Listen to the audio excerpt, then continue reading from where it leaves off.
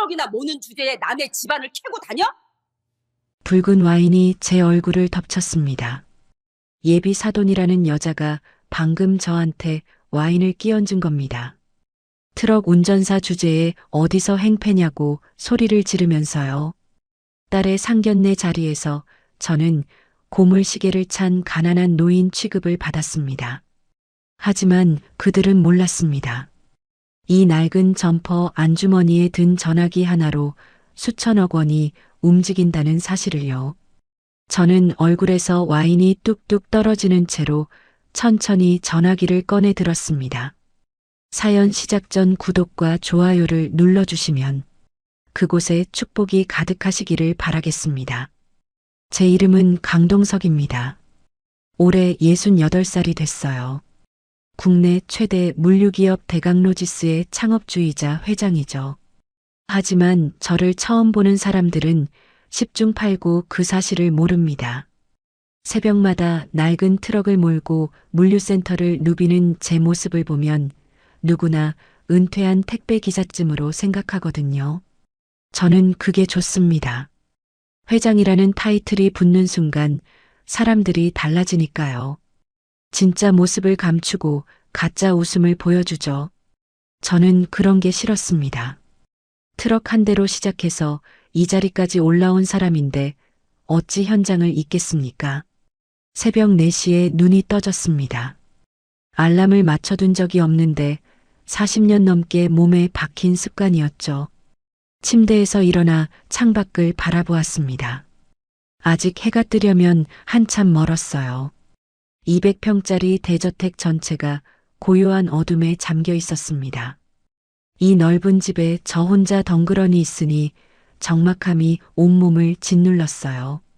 3년 전까지만 해도 이 시간에 아내가 부엌에서 부스럭거리는 소리가 들렸는데 말입니다.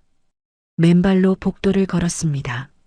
대리석 바닥이 차가웠어요.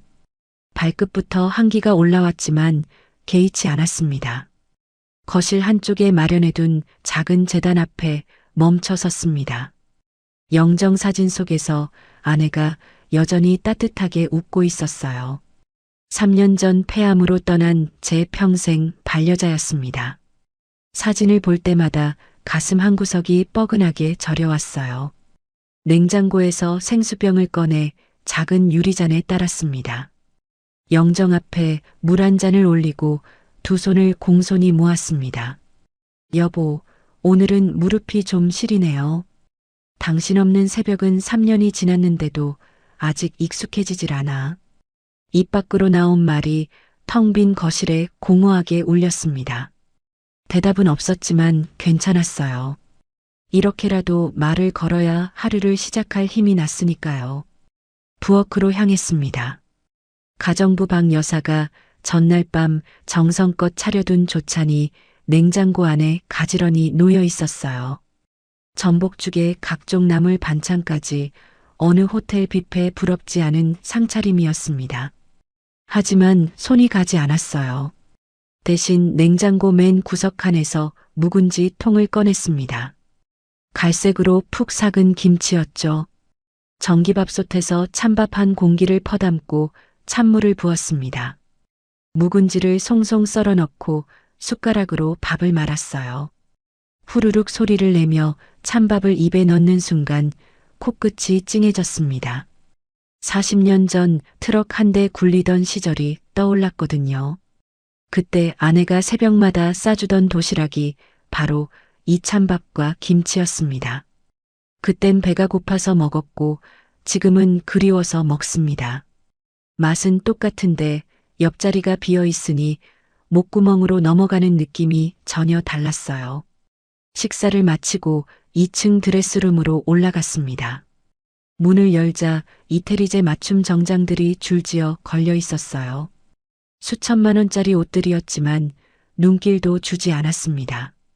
대신 구석에 놓인 낡은 서랍장을 열었어요. 15년은 좋게 된 회색 등산 점퍼가 접혀 있었습니다. 소매 끝 실밥이 풀어지고 지퍼 이빨도 몇 개 빠져 있었지만 버릴 수가 없었어요. 아내가 남대문 시장에서 5,000원 깎아서 사준 옷이거든요. 점퍼를 꺼내 입으니 쿰쿰한 옷장 냄새가 코를 찔렀습니다. 그 안에 아내의 향기가 희미하게 남아있는 것 같았어요. 거울에 비친 제 모습이 영락없는 동네 노인이었습니다. 이게 제가 원하는 모습이었죠. 1층 차고로 내려갔습니다. 외제 승용차 5대가 번쩍번쩍 광을 내며 줄지어 서 있었어요. 벤츠, 마이바흐, 포르쉐 전부 억 단위를 호가하는 차들이었습니다. 하지만 제가 향한 건 맨 구석에 처박혀 있는 15년 된 1톤 트럭이었어요. 흰색 페인트가 여기저기 벗겨지고 범퍼에는 녹까지 슬어 있었습니다. 운전석 문을 열고 올라탔습니다. 시동을 걸자 덜덜덜하고 온 차체가 떨렸어요.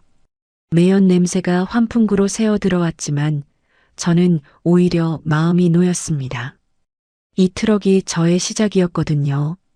40살에 처음 뽑았던 트럭과 같은 모델이에요. 그때 이 트럭 한 대로 김포공항 화물을 나르기 시작해서 지금의 대강로지스를 읽었습니다. 물류센터에 도착한 건 새벽 5시 반쯤이었습니다. 센터 입구에 젊은 경비원이 한 명 서 있었어요. 26쯤 되어 보이는 신입이었습니다. 제가 트럭을 몰고 들어서려 하자 그가 손을 번쩍 들어 막아섰어요. 어르신, 납품 차량은 뒤쪽 하역장으로 돌아가셔야 해요. 여기는 직원 전용 출입구입니다. 경비원의 목소리가 딱딱했습니다. 제 행색을 보니 그럴만도 했어요. 녹슨 트럭에 달아빠진 점퍼 차림이니 누가 봐도 영락없는 납품 기사였죠. 속으로 피식 웃음이 났지만 내색하지 않았습니다. 아, 그렇군. 고맙네, 젊은이. 고개를 끄덕이고 순순히 트럭을 돌렸습니다. 이런 일이 처음도 아니었어요. 오히려 이렇게 대접받을 때 마음이 편했습니다. 회장님, 회장님 하며 아부하는 임원들 사이에 있으면 숨이 막히거든요. 물류창고 안으로 들어서자 익숙한 소음이 귀를 채웠습니다. 지게차가 윙윙거리며 돌아가는 소리, 컨베이어 벨트가 덜커덩거리는 소리, 작업자들이 고함치는 소리가 한데 뒤섞여 있었어요. 저는 이 소리가 좋았습니다. 돈이 굴러가는 소리였고 사람들이 살아가는 소리였으니까요. 창고 안쪽 벽목 구간에서 팔레트가 엉켜 있는 게 눈에 들어왔습니다. 젊은 직원 서너시 끙끙대며 손으로 밀어보려 했지만 꼼짝도 하지 않았어요. 저는 망설임 없이 근처에 세워둔 빈 지게차로 다가갔습니다. 운전석에 올라타 레버를 당기자 기계가 부드럽게 움직였어요. 포크를 팔레트 밑으로 밀어넣고 살짝 들어 올려 옆으로 빼냈습니다. 40년 전 몸에 익힌 감각이 아직 살아 있었습니다. 야, 저 할아버지 운전 솜씨 봐. 프로 아냐? 뒤에서 수군대는 소리가 들렸습니다. 신경 쓰지 않고 팔레트를 계속 옮겼어요. 5분쯤 지나자 막혀있던 라인이 뚫렸습니다. 땀이 등줄기를 타고 주르륵 흘러내렸지만 기분은 상쾌했어요. 이래서 현장을 못 떠나는 겁니다. 점심때가 되자 직원 식당으로 향했습니다. 줄을 서서 돼지국밥 한 그릇을 받아들고 구석 자리에 앉았어요. 옆 테이블에서 26쯤 되어 보이는 젊은 직원 둘이 수다를 떨고 있었습니다. 우리 회장님 진짜 꼬장꼬장하시대. 회의 때 임원들 쪼는 거 보면 무섭다더라. 그 말에 국밥 국물이 코로 넘어갈 뻔했습니다. 헛기침을 하며 김치를 한 젓가락 집었어요. 그래도 나쁜 말만 하는 건 아니었습니다. 근데 명절 때 떡값은 두둑하게 준다며 복지는 좋대. 다행이었습니다. 적어도 뒤에서 욕먹을 짓은 안 하고 있었어요. 식사를 마치고 창고 뒤편 벤치에 앉아 담배 한 대를 피우고 있을 때였습니다. 주머니 속 휴대폰이 진동했어요. 비서실장이었습니다. 회장님, 해외 바이어가 본사에 도착했습니다. 즉시 와주셔야 할 것 같습니다. 한숨이 절로 나왔지만 어쩔 수 없었어요. 작업복 차림 그대로 트럭을 몰아 본사 건물로 향했습니다. 지하 주차장에 트럭을 세우고 임원 전용 엘리베이터에 올라탔어요. 거울에 비친 제 모습이 눈에 들어왔습니다. 명품 수트를 빳빳하게 차려입은 임원들 사이에서 저 혼자 흙 묻은 안전화를 신고 있었습니다. 가장 초라한 행색이었지만 눈빛만큼은 누구보다 또렷했어요. 회의실에 들어서자 외국인 바이어 넷이 일제히 제게 시선을 쏟았습니다. 당혹스러운 표정이 역력했어요. 통역사가 뭔가 설명하려는데 제가 먼저 손을 들어 제지했습니다. 계약서를 집어들고 서명란에 옥새를 찍었어요. 제 손에 아까 작업하며 묻은 흙이 아직 남아 있었습니다. 바이어 측 대표가 그걸 보더니 고개를 갸웃거렸어요. 이 손의 흙이 우리 회사의 신용 보증수표요. 통역사가 제 말을 영어로 전하자 바이어의 표정이 바뀌었습니다. 잠시 침묵이 흐르더니 그가 자리에서 벌떡 일어나 박수를 치기 시작했어요. 곧이어 회의실 전체가 박수 소리로 가득 찼습니다. 4천억 원짜리 계약이 성사되는 순간이었어요. 퇴근 무렵 집에 돌아왔을 때 대문 앞에 낯익은 차가 서 있었습니다. 딸 수진이의 차였어요. 현관문을 열고 들어서자 거실 소파에 앉아있던 수진이가 벌떡 일어섰습니다. 손에 붕어빵 봉지를 들고 있었어요. 아빠, 회사에서 오는 길에 샀어. 아빠 좋아하잖아. 수진이의 얼굴에 피곤함이 묻어 있었습니다. 32살 외동딸이에요. 대강로지스 전략기획팀 팀장으로 일하고 있죠. 물론 다른 직원들은 수진이가 회장 딸인 줄 모릅니다. 제가 일부러 그렇게 해뒀거든요. 실력으로 인정받게 하고 싶었어요. 소파에 나란히 앉아 붕어빵을 먹었습니다. 수진이가 습관처럼 꼬리 부분을 떼어 제게 건넸어요. 어릴 때부터 그랬습니다. 아빠는 꼬리가 바삭해서 좋다며 언제나 양보했죠. 그 작은 손길이 가슴을 따뜻하게 적셨습니다. 붕어빵을 반쯤 먹었을 때 수진이가 뜬금없이 입을 열었습니다. 아빠, 나 결혼하고 싶은 사람 있어. 붕어빵 팥1금이 뜨겁게 목을 타고 넘어갔습니다. 가슴이 철렁 내려앉는 느낌이었어요. 알고는 있었습니다. 요즘 누군가를 만나고 있다는 것쯤은요. 하지만 막상 결혼이라는 단어를 직접 들으니 마음이 복잡해졌습니다. 수진이가 핸드폰을 꺼내 사진 한 장을 보여주었습니다. 35쯤 되어 보이는 남자였어요. 단정하게 빗어넘긴 머리카락, 하얀 의사 가운을 입은 모습, 번지르르한 미소까지 흠잡을 데 없는 외모였습니다. 강남에서 성형외과를 한다고 했어요. 이름은 박민성이라고요. 그런데 이상했습니다. 사진을 보는 순간 뱃속에서 뭔가가 꿈틀거리는 느낌이 들었어요. 본능적인 거부감이랄까요? 40년 넘게 사람을 상대하며 사업을 해온 감이었습니다. 무언가 설명할 수 없는 찜찜함이 저를 불편하게 만들었어요. 이름이 뭐라고 했지? 박민성이요. 강남에서 성형외과 원장으로 있어. 수진이의 목소리에 설렘이 묻어 있었습니다. 행복해 보이는 딸의 얼굴을 보니 차마 불안감을 내비칠 수가 없었어요. 요즘 회사 일이 너무 바빠서 결혼 준비는 그 사람한테 다 맡겼어. 알아서 잘하겠대. 그 말에 귀가 번쩍 뜨였습니다.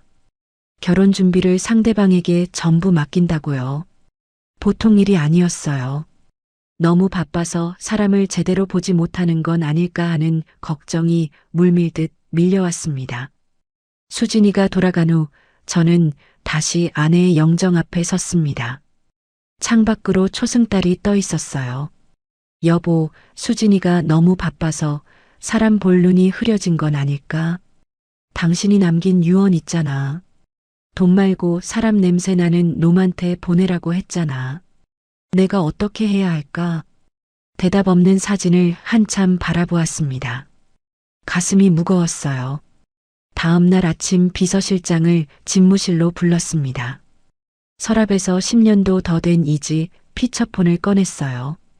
도청이 불가능한 비화기였습니다. 그걸 비서실장의 손에 쥐어주었습니다. 예비 사돈되는 사람들, 먼지 한 톨까지 다 털어와. 보안은 철저히 유지하고. 비서실장의 눈이 커졌지만 군말 없이 깊이 고개를 숙였습니다. 저는 다시 창밖을 바라보았어요. 딸을 지키는 것이 아버지의 마지막 책임이었습니다. 무슨 일이 있어도요. 며칠이 지났습니다. 비서실장에게 뒷조사를 맡긴 후로 저는 평소처럼 새벽마다 물류센터를 돌았지만 마음 한구석이 계속 불편했어요. 딸 수진이가 보여준 그 남자의 번지르르한 미소가 자꾸 떠올랐거든요. 40년 넘게 사람을 상대하며 사업을 해온 감이 틀린 적이 별로 없었습니다. 제발 이번만큼은 제 감이 틀리기를 바랐어요. 내 딸이 좋아하는 사람이니까 좋은 사람이었으면 했습니다. 그날 오후 3시쯤이었습니다. 비서실장이 집무실 문을 두드렸어요. 문이 열리자마자 그의 표정이 심상치 않다는 걸 알 수 있었습니다. 20년 넘게 저를 보좌해온 사람인데 평소에 감정을 잘 드러내지 않거든요. 그런 사람의 얼굴이 굳어 있었습니다. 손에는 두툼한 서류 봉투가 들려 있었어요. 회장님, 조사 결과 나왔습니다. 비서실장이 봉투를 책상 위에 조심스럽게 올려놓았습니다. 저는 잠시 그것을 바라보기만 했어요. 봉투가 무거워 보였습니다. 안에 뭐가 들었길래 저렇게 두툼한 걸까요? 열어보기가 두려웠습니다. 하지만 피할 수는 없었죠. 심호흡을 한 번 하고 봉투를 집어들었습니다. 첫 장에는 최미자라는 여자의 사진이 붙어 있었어요. 예비 사돈이 될 사람이었습니다. 62살 강남에서 로열 갤러리라는 화랑을 운영하고 있다고 적혀 있었어요. 사진 속 그녀는 화려한 보라색 정장을 입고 우아하게 미소 짓고 있었습니다. 목에는 굵은 진주 목걸이가 걸려 있었고 손목에는 번쩍이는 금시계가 채워져 있었어요. 명문대 미술학과 출신의 유명 갤러리 관장이라니 겉보기엔 흠잡을 데가 없었습니다.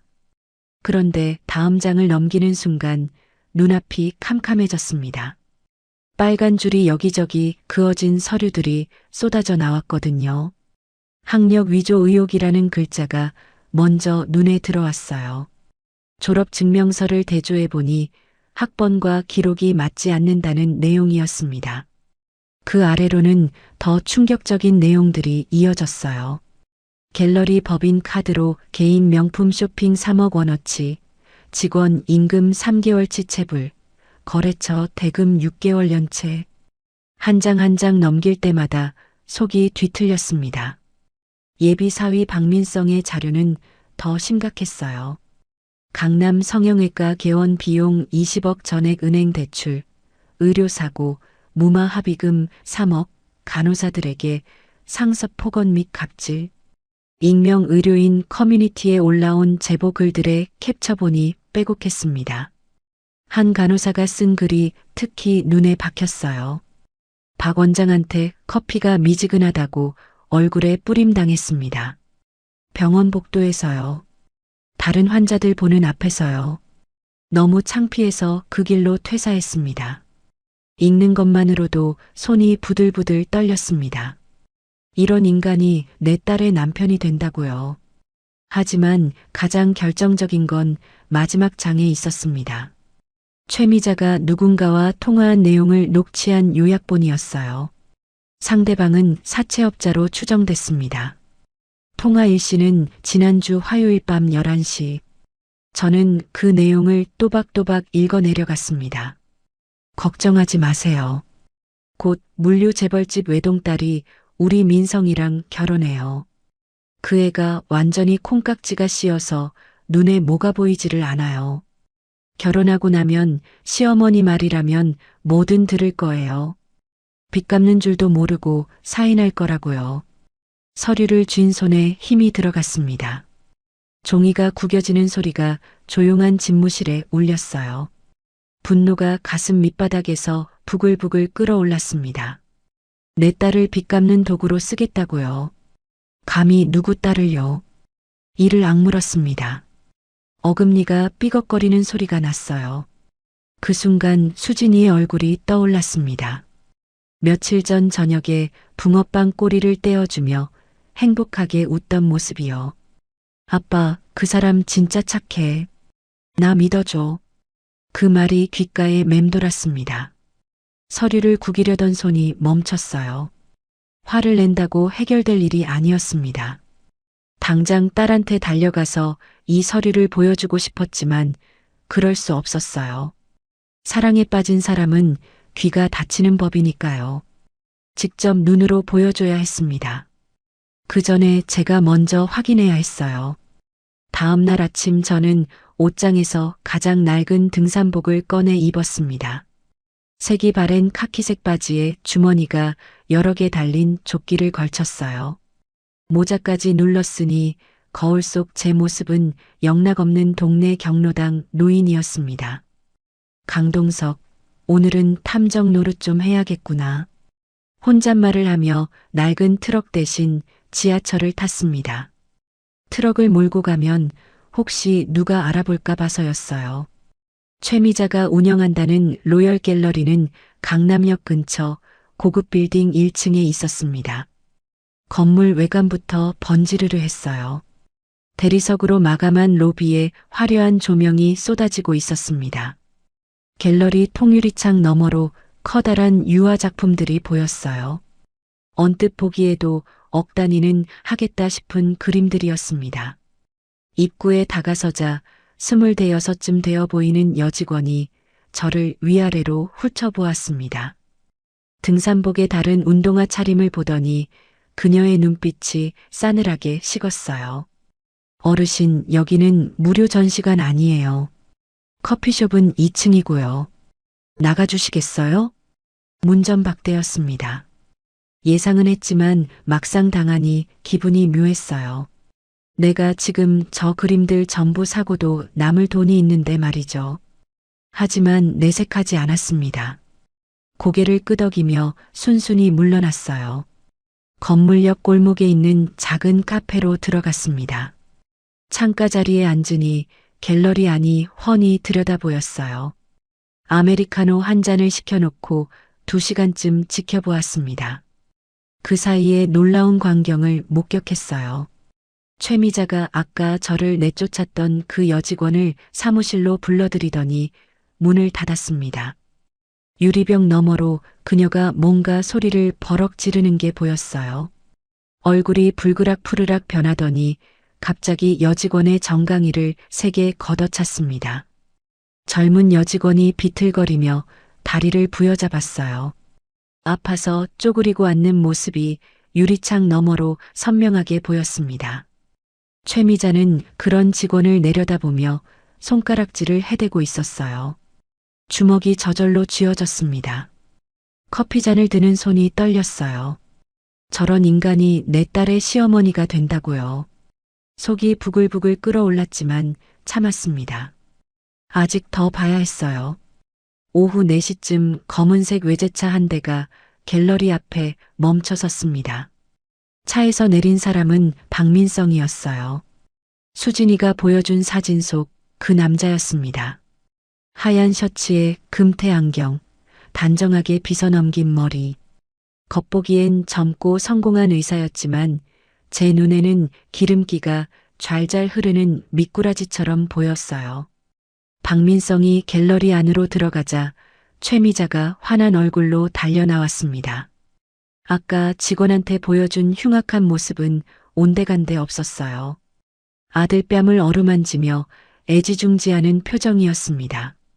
잠시 후 박민성이 고개를 숙이며 손을 내밀었어요. 최미자가 핸드백에서 카드 같은 걸 꺼내 아들 손에 쥐어주었습니다. 35 먹은 성인 남자가 엄마한테 용돈을 타가는 꼴이었죠. 잠시 후 박민성이 갤러리를 나와 건물 공용 화장실로 향했습니다. 저는 재빨리 자리에서 일어나 그 뒤를 따랐어요. 화장실 안으로 들어가 빈칸에 숨었습니다. 심장이 쿵쾅거렸어요. 68 먹은 노인이 화장실 칸에 숨어서 도청이라니. 스스로 생각해도 웃기는 꼴이었지만 달리 방법이 없었습니다. 곧이어 박민성이 들어왔습니다. 그가 세면대 앞에 서서 누군가에게 전화를 거는 소리가 들렸어요. 아, 형. 나 민성이. 그 여자 말이야, 수진이. 솔직히 얼굴은 그저 그런데 몸매는 괜찮아. 근데 일에 미쳐서 눈치가 없어. 대충 결혼하고 병원비 갚으면 이혼하든가 해야지. 장인어른? 모트럭 몬다며? 촌스러운 노인네 비위 맞추기 힘들겠네. 화장실 칸 문고리를 부서져라 움켜쥐었습니다. 손마디가 하얗게 질렸어요. 턱 근육이 경련하듯 떨렸습니다. 뒷목이 뻣뻣하게 굳어오면서 눈앞이 순간적으로 붉어지는 것 같았어요. 혈압이 치솟는 게 느껴졌습니다. 관자놀이가 지끈거렸어요. 당장 문을 박차고 나가서 그놈의 멱살을 잡고 싶었습니다. 하지만 이를 악물고 참았어요. 여기서 들키면 안 됐거든요. 박민성이 휘파람을 불며 나간 후에도 한참을 그 자리에 서 있었습니다. 다리에 힘이 풀려서 움직일 수가 없었어요. 분노와 서러움이 뒤섞여 눈시울이 뜨거워졌습니다. 내 딸이 저런 쓰레기한테 속고 있다니요. 집으로 돌아오는 지하철 안에서 수진이에게 전화를 걸었습니다. 수진아, 오늘 저녁 아빠랑 같이 먹자. 삼겹살 구워줄게. 아, 아빠. 미안해. 오늘 민성 씨랑 웨딩드레스 보러 가기로 했어. 다음에 꼭 먹자. 전화가 끊어진 후 한동안 멍하니 창밖만 바라보았습니다. 지하철이 어두운 터널을 달리고 있었어요. 그 어둠이 제 마음 같았습니다. 그날 밤 저는 아내의 영정 앞에 앉아 오래도록 생각했습니다. 그리고 결심했어요. 이번 주말 상견례에서 직접 판을 짜기로요. 다음 날 아침 비서실장을 불렀습니다. 상견례 장소는 우리 계열사 호텔 중식당으로 잡아. 예약은 내 이름 말고 가명으로 하고 직원들한테 단단히 일러둬. 내가 누군지 절대 티내지 말라고. 비서실장이 묵묵히 고개를 끄덕였습니다. 저는 거울 앞에 서서 제 얼굴을 찬찬히 들여다보았어요. 강동석, 이번엔 연기 좀 해야겠다.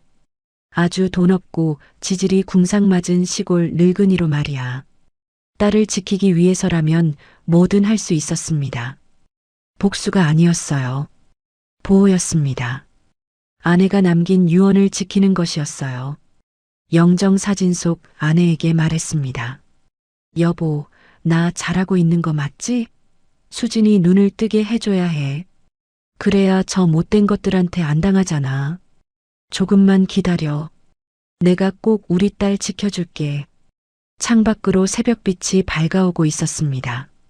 긴 하루가 될 것 같았어요. 상견례 당일이 밝았습니다. 새벽 4시에 눈이 떠졌지만 평소와는 기분이 달랐어요. 오늘은 전쟁터에 나가는 날이었거든요. 침대에서 일어나 창밖을 바라보았습니다. 아직 해가 뜨지 않아 사방이 어두웠어요. 가슴이 두근거렸습니다. 긴장되면서도 묘하게 비장한 기분이 들었어요. 거실로 내려가 아내의 영정 앞에 섰습니다. 물 한 잔을 올리고 두 손을 공손히 모았어요. 여보, 오늘이야. 당신이 남긴 유언 꼭 지킬게. 우리 수진이한테 사람 냄새 나는 사람 만나게 해줄게. 저 못된 것들 본색 다 까발려줄 거야. 영정 속 아내가 여전히 따뜻하게 웃고 있었습니다. 그 웃음을 보니 마음이 조금 놓였어요. 당신이 지켜보고 있으니 잘할 수 있을 것 같았습니다. 2층 드레스룸으로 올라갔습니다. 오늘은 특별한 준비가 필요했어요. 줄지어 걸린 이태리제 맞춤 정장들을 지나쳤습니다. 수천만 원짜리 옷들이었지만 오늘은 쳐다보지도 않았어요. 대신 방 구석에 놓인 낡은 서랍장 앞에 섰습니다. 맨 아래 칸을 열자 쿰쿰한 냄새가 올라왔어요. 서랍 안에는 30년 전 아내가 남대문 시장에서 사준 회색 점퍼가 접혀 있었습니다. 소매 끝 실밥이 풀어지고 깃부분은 색이 발해 있었어요. 지퍼 이빨도 몇 개 빠져서 끝까지 올리면 걸리적거렸죠. 하지만 저한테는 그 어떤 명품보다 귀한 옷이었습니다. 점퍼를 꺼내 코에 가져다 댔습니다. 오래된 옷장 냄새 사이로 희미하게 아내의 향기가 느껴지는 것 같았어요. 코끝이 찡해졌습니다. 이 옷을 입으면 아내가 옆에 있는 것 같은 기분이 들었거든요. 점퍼를 입고 나서 금고 앞으로 갔습니다. 비밀번호를 누르자 철컥 소리와 함께 문이 열렸어요. 금고 안에는 현금 다발과 중요 서류들이 가득했지만 제가 찾는 건 맨 안쪽 서랍에 있었습니다. 작은 나무 상자를 꺼냈어요. 뚜껑을 열자 손목시계 하나가 들어 있었습니다. 시계를 꺼내 들고 찬찬히 살펴보았습니다. 본체는 스위스 장인이 만든 파텍 필립 한정판이었어요. 전 세계에 단 3개만 존재하는 수십억 원짜리 시계였죠. 그런데 시계줄이 문제였습니다. 원래 달려있던 악어 가죽줄은 어디 가고 너덜너덜한 싸구려 인조 가죽줄이 달려 있었거든요. 군데군데 갈라지고 색도 바래서 영락없는 고물 시계처럼 보였습니다. 25년 전 일이 떠올랐습니다. 해외 출장을 다녀왔는데 시계줄이 끊어져 있더라고요. 아내한테 물었더니 해맑게 웃으며 대답했어요. 여보, 시계줄이 밥 먹여줘? 줄이 끊어졌길래 남대문 시장에서 5,000원 주고 새로 갈아왔어. 튼튼하고 좋네. 그때는 황당했습니다. 수십억짜리 시계에 5,000원짜리 줄이라니요. 하지만 화를 낼 수가 없었어요. 아내는 그 시계가 얼마짜린지 전혀 몰랐거든요. 저도 일부러 말하지 않았고요. 아내는 평생 돈 자랑을 싫어하는 사람이었습니다. 그래서 저도 아내 앞에서는 부자 티를 내지 않았어요. 시계를 손목에 찼습니다. 너덜너덜한 줄이 오히려 마음에 들었어요. 이 시계가 오늘 중요한 역할을 할 겁니다. 겉만 보고 사람을 판단하는 속물들의 눈에는 이게 그냥 고물로 보이겠죠. 그게 바로 제가 원하는 거였습니다. 아내가 달아준 이 5,000원짜리 줄이 수십억짜리 본체보다 제게는 더 값진 거였어요. 사람의 진짜 가치는 겉으로 보이는 게 아니니까요. 오늘 그걸 제대로 보여줄 겁니다. 옷을 다 갖춰 입고 거울 앞에 섰습니다. 색바랜 점퍼에 낡은 면바지, 10년은 신은 것 같은 등산화, 그리고 손목에는 너덜너덜한 시계. 거울 속 제 모습은 영락없는 시골에서 올라온 가난한 노인이었어요. 완벽했습니다. 아침 8시쯤 수진이한테서 전화가 왔습니다. 아빠, 오늘 상견례 12시지? 내가 차 보낼까? 아니면 같이 갈까? 아니다. 아빠 혼자 갈게. 너는 먼저 가 있어. 아빠, 근데 옷은 좀 차려입고 오는 거지? 그래도 상견례인데. 수진이의 목소리에 걱정이 묻어 있었습니다. 저는 피식 웃으며 대답했어요. 걱정 마라. 사람이 명품이면 껍데기는 상관없다. 전화를 끊고 대문을 나섰습니다. 기사도 수행비서도 다 물렸어요. 오늘은 혼자 가야 했습니다. 대문 앞 경비원이 저를 보더니 깜짝 놀란 표정을 지었어요. 회장님, 어디 가십니까? 차 준비할까요? 아니야, 오늘은 걸어갈 거야. 신경 쓰지 마. 동네 골목길을 걸어 버스 정류장으로 향했습니다. 평소에 이 길을 걸을 일이 없었어요. 차를 타고 지나가기만 했지 발로 걸어본 적은 거의 없었거든요. 골목 어기 세탁소 앞을 지나는데 주인 할머니가 저를 알아보고 인사를 건넸습니다. 어머, 회장님 아니세요? 오늘도 등산 가시나 봐요? 아니요, 오늘은 전쟁터 갑니다.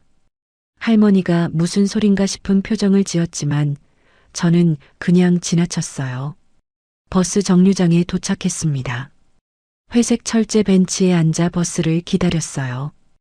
햇살이 따뜻했습니다. 옆에 장바구니를 든 할머니 한 분이 앉아 계셨어요. 그분이 저를 힐끗 쳐다보더니 말을 걸었습니다. 어르신, 어디 가세요? 강남 쪽이요. 아이고, 강남까지 버스 타고 가시게? 멀 텐데. 괜찮습니다. 시간 많아요. 버스가 도착했습니다. 문이 열리자 앞 사람들을 따라 올라탔어요.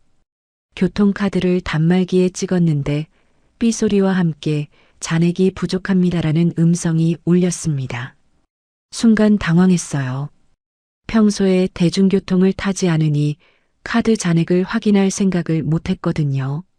뒤에 사람들이 줄 서 있었습니다. 얼굴이 화끈거렸어요.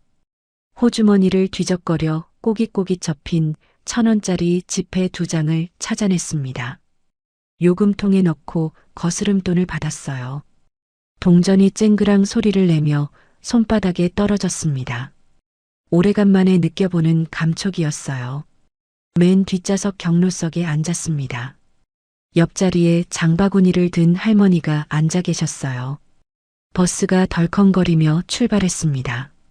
창밖으로 풍경이 스쳐 지나갔어요. 익숙한 거리였지만 버스 창문을 통해 보니 느낌이 완전히 달랐습니다. 평소에는 에어컨 빵빵한 승용차 뒷좌석에서 서류만 들여다보며 지나가던 길이었거든요. 이렇게 천천히 구경하며 가는 건 정말 오랜만이었어요. 차창 너머로 대강로지스 로고가 붙은 물류 트럭 한 대가 지나가는 게 보였어요. 저 트럭 한 대로 시작해서 지금은 전국에 1,500대가 넘는 트럭을 굴리고 있죠. 감회가 새로웠습니다. 뒷좌석에서 대학생처럼 보이는 젊은이 둘이 이야기를 나누고 있었어요. 야, 요즘 30평 아파트 없으면 결혼 꿈도 꾸지 말래. 진짜? 그럼 나 평생 혼자 살아야 되나? 씁쓸한 대화였습니다. 언제부터 결혼이 지평수로 결정되는 세상이 됐을까요? 저도 처음 결혼할 때는 단칸방이 전부였어요. 그래도 아내는 불평 한마디 없이 저를 믿어줬습니다. 그게 진짜 사랑 아닐까요? 1시간 정도 지나 강남역 근처에서 내렸습니다. 상견례 장소인 호텔까지는 걸어서 15분 거리였어요. 점심시간이 가까워지니 거리에 사람들이 많았습니다. 양복 입은 직장인들 사이를 지나 걸었어요. 호텔 건물이 점점 가까워졌습니다. 대강그룹 계열사에서 운영하는 특급 호텔이었죠. 물론 제 회사 소속이지만 오늘은 그런 티를 내면 안 됐어요. 호텔 회전문 앞에 다다랐습니다. 거대한 유리문 너머로 화려한 로비가 보였어요. 대리석 바닥에 크리스탈 샹들리에 곳곳에 놓인 생화 장식까지 제가 알고 있는 그대로였습니다. 그런데 문 앞에 서 있던 신입 보안 요원이 저를 막아섰어요. 26쯤 되어 보이는 젊은 친구였습니다. 어르신, 죄송한데요. 화장실은 저쪽 상가 이용해 주시겠어요? 여기는 투숙객 전용입니다. 가슴이 뜨끔했습니다. 내 호텔에서 문전박대를 당하다니요. 하지만 화를 낼 수 없었어요. 이게 바로 제가 원한 그림이었으니까요. 고개를 숙이며 굽신거리는 신용을 했습니다. 아니 그게요. 내 딸이 안에서 기다리고 있어서요. 상견례 때문에요. 상견례요? 잠시만요. 보안 요원이 무전기로 뭔가 확인하려는 순간 로비 안쪽에서 총지배인이 걸어 나왔습니다. 저를 발견한 그의 얼굴이 순간 사색이 됐어요. 달려오려는 걸 제가 재빨리 검지손가락을 입에 대며 쉬 신호를 보냈습니다. 눈으로 간절히 부탁했어요. 제발 아는 척하지 말아달라고요. 눈치 빠른 총지배인이 멈칫하더니 태연한 표정으로 보안 요원에게 말했습니다. 어르신 들여보내드려. 중식당 예약 손님이시야.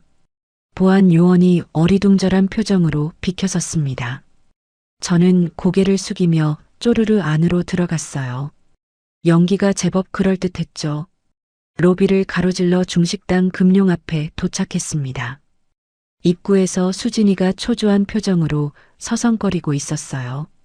저를 발견하자 달려와서 팔짱을 꼈습니다. 아빠, 왜 이렇게 늦어? 걱정했잖아. 버스가 좀 밀려서. 수진이가 제 옷차림을 위아래로 훑어보더니 한숨을 쉬었어요. 아빠, 그래도 상견례인데 너무 편하게 입은 거 아니야? 저쪽 어머니가 뭐라고 하실지 모르겠다. 괜찮아. 겉이 중요한 게 아니야. 수진이의 손을 잡았습니다. 손이 차가웠어요. 긴장하고 있다는 뜻이었죠. 저는 딸의 눈을 똑바로 바라보며 나지막이 말했습니다. 수진아, 아빠 믿지? 응, 믿어. 오늘 아빠가 무슨 짓을 해도 넌 당당해야 한다. 절대 주눅 들지 마. 알겠지? 수진이가 고개를 갸웃거렸지만 더 묻지 않았습니다. 딸의 손을 한번 꼭 쥐어주었어요. 괜찮다는 신호였습니다. 저는 깊게 숨을 들이쉬고 중식당 문고리를 잡았어요. 차가운 금속 촉감이 손바닥에 전해졌습니다. 문을 열면 전쟁이 시작될 겁니다. 마음을 단단히 먹었습니다. 아내가 지켜보고 있다고 생각하니 용기가 났어요. 자, 들어가자. 중식당 문을 열고 안으로 들어섰습니다. 고급스러운 인테리어가 눈에 들어왔어요. 붉은 비단 벽지에 금색용 문양이 새겨져 있었고 천장에는 화려한 등이 매달려 있었습니다. 예약된 룸은 복도 끝에 있었어요. 금룡이라는 이름에 걸맞게 문짝에 용 문양이 새겨져 있었습니다. 룸문을 여는 순간 차가운 공기가 얼굴을 스쳤어요. 에어컨 때문만은 아니었습니다. 방 안에서 풍기는 분위기 자체가 싸늘했거든요. 최미자와 박민성이 상석에 나란히 앉아 있었습니다. 최미자는 보라색 실크 정장을 입고 있었어요. 목에는 굵은 진주 목걸이가 걸려 있었고 손가락마다 반지가 번쩍거렸습니다. 화장을 진하게 해서 나이보다 젊어 보이려고 애쓴 흔적이 역력했어요. 우리가 들어왔는데도 일어나지 않았습니다. 최미자는 스마트폰 화면만 들여다보고 있었고 박민성은 창밖을 멍하니 바라보고 있었어요. 마치 우리가 투명 인간인 것처럼 행동하더군요. 제가 먼저 고개를 숙였습니다. 반갑습니다. 수진이 아버지 되는 사람입니다. 최미자가 그제야 고개를 들었어요. 저를 위아래로 훑어보는 눈빛이 차가웠습니다. 색바랜 점퍼, 낡은 면바지, 해진 등산화. 그녀의 시선이 제 행색을 훑고 지나갈 때마다 가슴이 따끔거렸어요. 하지만 예상했던 일이었습니다. 이런 반응을 보려고 일부러 이렇게 입고 온 거니까요. 네, 앉으세요. 최미자가 턱으로 맞은편 자리를 가리켰습니다. 반말이었어요. 처음 보는 사돈 어른한테 반말이라니. 속이 부글거렸지만 꾹 참았습니다. 오늘은 참아야 하는 날이었어요. 수진이와 나란히 자리에 앉았습니다. 박민성이 마지못해 일어나더니 손을 내밀었어요. 아버님, 처음 뵙겠습니다. 박민성입니다. 악수를 했습니다. 그런데 제 손을 잡자마자 박민성의 표정이 일그러졌어요. 제 손바닥에 굳은 살이 박혀 있었거든요. 40년 넘게 트럭 핸들과 화물 상자를 만지며 생긴 훈장 같은 것이었죠. 박민성은 악수를 후다닥 끝내더니 테이블 위에 놓인 물티슈를 꺼내 손을 벅벅 닦았습니다. 눈앞에서요. 대놓고요. 얼굴이 화끈거렸습니다. 수진이가 옆에서 입술을 깨물고 있는 게 느껴졌어요. 미안한 마음이 들었지만 내색하지 않았습니다. 최미자가 코앞에서 손부채질을 시작했습니다. 과장되게 얼굴 앞에서 손을 흔들더니 눈살을 찌푸렸어요. 어머, 어디서 쿰쿰한 냄새가 나네. 아, 아버님 오셨구나. 밖에서 운동하다 오셨어요? 땀 냄새가 좀 나는 것 같은데. 심장이 쿵 내려앉았습니다. 물론 일부러 물류창고에 들렀다 온 거였어요. 하지만 이렇게 대놓고 말할 줄은 몰랐습니다. 면전에서 냄새가 난다니요. 최미자의 입꼬리가 살짝 올라가 있었어요. 비웃고 있는 거였습니다. 오시는 길에 차가 많이 막혔나요? 발렛 맡기셨죠? 최미자가 능청스럽게 물었습니다. 저는 고개를 살짝 숙이며 대답했어요. 아, 버스 타고 왔습니다. 기름값도 아끼고 환경도 생각하고요. 3초쯤 정적이 흘렀습니다. 최미자의 눈이 휘둥그레졌어요. 박민성은 헛웃음을 터뜨렸고요. 마치 말도 안 되는 소리를 들었다는 표정이었습니다. 최미자가 아들에게 들으라는 듯 큰 소리로 말했어요. 예, 너는 장인어른 되실 분한테 택시비라도 좀 붙여드리지 그랬니? 사돈댁 형편을 내가 너무 몰랐네. 가슴이 쿵쾅거렸습니다. 형편이라니요. 저를 가난뱅이로 본다는 뜻이었어요. 물론 그게 제가 의도한 그림이긴 했지만 막상 당하니 자존심이 상했습니다. 68회를 살면서 이런 수모는 처음이었거든요. 수진이의 얼굴이 붉어졌습니다. 분노로 목 근육이 굳어 있는 게 보였어요. 참지 못하고 입을 열려는 게 느껴졌습니다. 어머님, 저희 아빠는 검소하셔서 그래요. 원래 대중교통 좋아하시고. 저는 재빨리 식탁 아래로 손을 뻗어 수진이의 무릎을 툭 쳤습니다. 참으라는 신호였어요. 수진이가 말을 멈추고 입을 다물었습니다. 지금 반박하면 안 됐어요. 저들이 아직 본색을 다 드러내지 않았으니까요. 조금만 더 참으면 꼬리를 잡을 수 있을 겁니다. 종업원이 주문을 받으러 들어왔습니다. 최미자가 메뉴판을 제게는 보여주지도 않고 혼자 펼쳐들더니 마음대로 주문을 했어요. 여기 제일 비싼 코스 4개요. 아, 잠깐. 아버님은 연세가 있으시니까 질긴 고기는 소화가 안 되실 수도 있겠네. 아버님 건 고기 빼고 게살 수프로 바꿔주세요. 저한테 묻지도 않고 마음대로 메뉴를 바꿔버렸습니다. 마치 어린아이 대하듯이요. 이가 안 좋을 거라는 둥, 소화가 안 될 거라는 둥. 연세 드신 분 무시하는 말을 예의 바른 척 포장해서 내뱉더군요. 속이 부글부글 끓었지만 고개만 끄덕였습니다. 음식이 나오기 전 본격적인 호구조사가 시작됐습니다. 최미자가 팔짱을 끼더니 저를 쏘아보았어요. 아버님, 뭐 하시는 분이세요? 사업하신다고 들었는데 명함은 없으세요? 요즘은 구멍가게 해도 사장님 소리 듣긴 하더라고요. 구멍가게라는 단어에 가슴이 철렁했습니다. 비웃는 거였어요. 저는 일부러 쭈뼛거리는 신용을 하며 대답했습니다. 물류 쪽 조그맣게 합니다. 트럭 몰고 짐 나르는 일이죠. 최미자의 눈동자가 움직였습니다.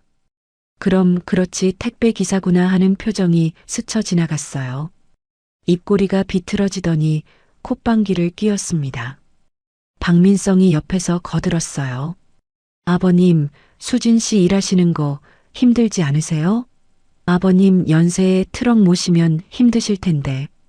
그나저나 저희 병원 청소 용역 업체도 구하긴 해야 하는데 혹시 아버님 아시는 분 있으면 소개 좀 해주세요. 청소 용역이라니요. 저를 대놓고 하층민 취급하는 거였습니다. 입술을 꽉 깨물었습니다. 화가 치밀어 올랐지만 참았어요. 수진이가 옆에서 숨을 거칠게 몰아쉬는 게 느껴졌습니다. 딸도 분노가 치미는 거였죠. 하지만 저는 일부러 어리숙한 표정을 지으며 고개를 끄덕였습니다. 아, 그래요? 알아보고 연락드릴게요. 박민성이 콧방귀를 뀌었습니다. 제가 진짜 알아볼 줄 알았나 봐요. 한심하다는 표정이 역력했습니다. 음식이 나왔습니다. 최고급 코스 요리였어요. 전복 요리부터 시작해서 샥스핀 수프 북경오리까지 눈앞에 산의 진미가 펼쳐졌지만 맛이 느껴지지 않았습니다. 마치 흙을 씹는 것 같았어요. 목구멍으로 음식이 넘어가질 않았습니다. 최미자와 박민성은 아무렇지 않게 음식을 먹으며 수다를 떨었어요. 우리는 안중에도 없다는 듯이요. 저는 짐짓 모르는 척 질문을 던졌습니다. 두 분은 갤러리 하신다면서요? 돈 많이 버시겠네요. 요즘 경기가 안 좋다던데 괜찮으세요? 최미자가 뜨끔한 표정을 지었어요. 하지만 금세 과장된 제스처를 취하며 허세를 부렸습니다. 어머, 돈 보고 예술을 하나요? 저는 예술을 사랑해서 하는 거예요. 우리 집안은 원래 격을 중요시하거든요. 돈 같은 건 신경 안 써요. 거짓말이었습니다. 뒷조사 보고서에서 본 사채 빚 22억이 떠올랐어요. 돈에 환장해서 내 딸을 이용하려는 주제에 격을 논하다니요. 역겨웠습니다. 하지만 표정을 숨기고 고개만 끄덕였어요. 식사 도중 일부러 젓가락질을 서툴게 했습니다. 탕수육 소스가 식탁보에 살짝 튀었어요. 최미자가 그걸 보더니 눈을 흘기며 혀를 찼습니다. 쯧쯧. 아이고. 그 소리가 조용한 룸 안에 크게 울렸습니다. 박민성도 따라서 한숨을 쉬었어요. 두 사람이 눈빛을 교환하며 비웃는 게 보였습니다. 모욕이었어요. 사람을 짐승대하듯 혀를 차다니요. 주먹에 힘이 들어갔습니다. 테이블보 밑에서 무릎 위에 올린 손이 부들부들 떨렸어요. 수진이를 슬쩍 쳐다보았습니다. 딸의 눈에 눈물이 그렁그렁 맺혀 있었어요. 입술을 깨물며 참고 있는 모습이 안쓰러웠습니다. 저 때문에 딸이 수모를 당하는 거였어요. 마음이 찢어지는 것 같았습니다. 하지만 아직은 참아야 했어요. 조금만 더 버티면 됩니다. 저 인간들이 본색을 완전히 드러낼 때까지만요. 마음속으로 되뇌었습니다. 조금만 참아라 강동석. 수진이를 위해서 조금만 더 참아라. 여보 당신이 지켜보고 있지? 최미자가 와인잔을 들어 한 모금 마시더니 다시 입을 열었습니다. 그나저나 아버님, 수진이가 모아둔 돈은 얼마나 돼요? 연봉이 얼마라고 했죠? 노골적인 금전 질문이었습니다. 점점 본색을 드러내고 있었어요. 수진이가 대신 대답했습니다. 어머님, 저는 성실히 일해서 모을 만큼 모았습니다. 최미자가 콧방귀를 뀌었어요. 월급쟁이 돈이 모아봤자 얼마나 되겠어. 뭐, 그래도 알뜰하게 모았으면 다행이네. 모욕이 끝없이 이어졌습니다. 저는 이를 악물고 참았어요. 속으로 시계를 봤습니다. 상견례가 시작된 지 30분쯤 됐을 거예요. 이제 슬슬 본론이 나올 시간이었습니다. 최미자가 무슨 속셈인지 직접 들어봐야 했어요. 코스 요리가 중반을 넘어서자 최미자의 눈빛이 달라졌습니다. 뭔가 꺼낼 게 있다는 표정이었어요. 식사하던 손을 멈추고 입가를 냅킨으로 닦았습니다. 그리고는 핸드백을 열더니 안에서 뭔가를 꺼내는 것이 보였습니다. 금박이 박힌 고급 봉투였어요. 그것을 테이블 위에 슬쩍 올려놓았습니다. 박민성도 긴장한 표정으로 어머니를 쳐다보았어요. 아버님, 식사는 맛있게 하셨어요? 이제 본론을 좀 얘기할까요? 최미자의 목소리가 갑자기 부드러워졌습니다. 오히려 소름이 끼쳤어요. 이제부터가 진짜 시작이었습니다. 저 봉투 안에 뭐가 들었는지 뻔히 알 것 같았어요. 뒷조사에서 봤던 그들의 빚이 떠올랐습니다. 드디어 본색을 드러낼 때가 온 거였죠. 손에 힘을 주고 자세를 바로잡았습니다. 최미자가 금박 봉투를 테이블 위에 올려놓더니 의미심장한 미소를 지었습니다. 입꼬리가 살짝 올라간 그 표정이 소름 끼쳤어요. 눈빛이 탐욕으로 번들거리고 있었습니다. 드디어 본색을 드러낼 모양이었습니다. 저는 자세를 고쳐 앉고 그녀의 다음 말을 기다렸어요. 아버님, 우리 민성이가 의사잖아요. 의사 만드는데 돈이 얼마나 드는지 아세요? 저는 일부러 어리숙한 표정을 지으며 고개를 저었습니다. 글쎄요, 잘 모르겠네요. 의대 6년에 인턴 레지던트 4년이면 10년이에요. 그동안 등록금에 생활비에 학원비에 얼마가 들어갔겠어요. 병원 개원할 때도 제가 전부 대줬고요. 최미자가 손가락을 꼽으며 말했습니다. 마치 자기가 얼마나 희생했는지 자랑하는 것 같았어요. 저는 속으로 코웃음을 쳤습니다. 뒷조사 보고서에서 봤거든요. 병원 개원 비용 20억은 전부 은행 대출이었습니다. 그때 최미자의 시선이 제 손목에 멈췄습니다. 물을 마시려고 소매를 걷어올린 순간이었어요. 너덜너덜한 가죽줄이 달린 시계가 드러난 거였습니다. 최미자의 눈이 커지더니 입꼬리가 비틀어졌습니다. 마치 더러운 것을 본 것처럼 얼굴을 찡그렸어요. 어머 아버님, 그 손목에 차고 계신 게 시계예요? 심장이 쿵 내려앉았습니다. 드디어 올 게 왔구나 싶었어요. 이 시계 때문에 어떤 말을 들을지 예상하고 있었지만 막상 순간이 오니 긴장됐습니다. 네, 시계입니다. 아이고 세상에. 그게 시계라고요? 가죽이 다 사갔네, 사갔어. 6.25대 쓰던 거 아니에요? 하하. 최미자가 크게 웃음을 터뜨렸습니다. 박민성도 따라 웃었어요. 룸 안에 그들의 웃음소리가 울렸습니다. 비웃음이었어요. 조롱이었습니다. 손목의 시계가 무겁게 느껴졌습니다. 아내가 달아준 5,000원짜리 줄이었거든요. 박민성이 거들었습니다. 아버님, 요즘 스마트워치 싼 거 많은데 하나 사드릴까요? 그거 차고 다니시면 피부병 생겨요. 위생상 안 좋습니다. 의사라는 사람이 시계줄 때문에 피부병이 생긴다고요. 말도 안 되는 소리였어요. 하지만 저는 꾹 참고 시계를 소중히 어루만지며 대답했습니다. 이거 죽은 집사람이 남대문 시장에서 줄을 갈아준 겁니다. 저한텐 보물이에요. 최미자의 표정이 굳어졌습니다. 잠시 뜸을 들이더니 정색을 하고 말했어요. 아버님, 죽은 사람은 죽은 거고 산 사람은 체면을 챙겨야죠. 내 아들 장인어른이 그런 고물을 차고 다니면 우리 민성이 얼굴에 똥칠하는 거예요. 창피해서 사람들한테 소개도 못하겠네. 가슴이 철렁했습니다. 죽은 아내를 모욕하는 거였어요. 3년 전 세상을 떠난 제 반려자를 그냥 죽은 사람이라고 치부해버리다니요. 이가 갈렸습니다. 주먹에 힘이 들어갔어요. 참다 못한 수진이가 입을 열었습니다. 어머님 말씀이 너무하시네요. 그건 저희 엄마 유품이에요. 최미자가 수진이를 쏘아보았습니다. 눈빛이 날카로웠어요. 어른이 얘기하면 듣기만 해. 너도 그래. 아비 없는 자식 소리 안 들으려면 배워야 한다고. 가정교육이 이래서 중요한 거야. 아비 없는 자식이라니요. 고인이 된 아내를 모독하고 이제는 딸까지 모욕하는 거였습니다.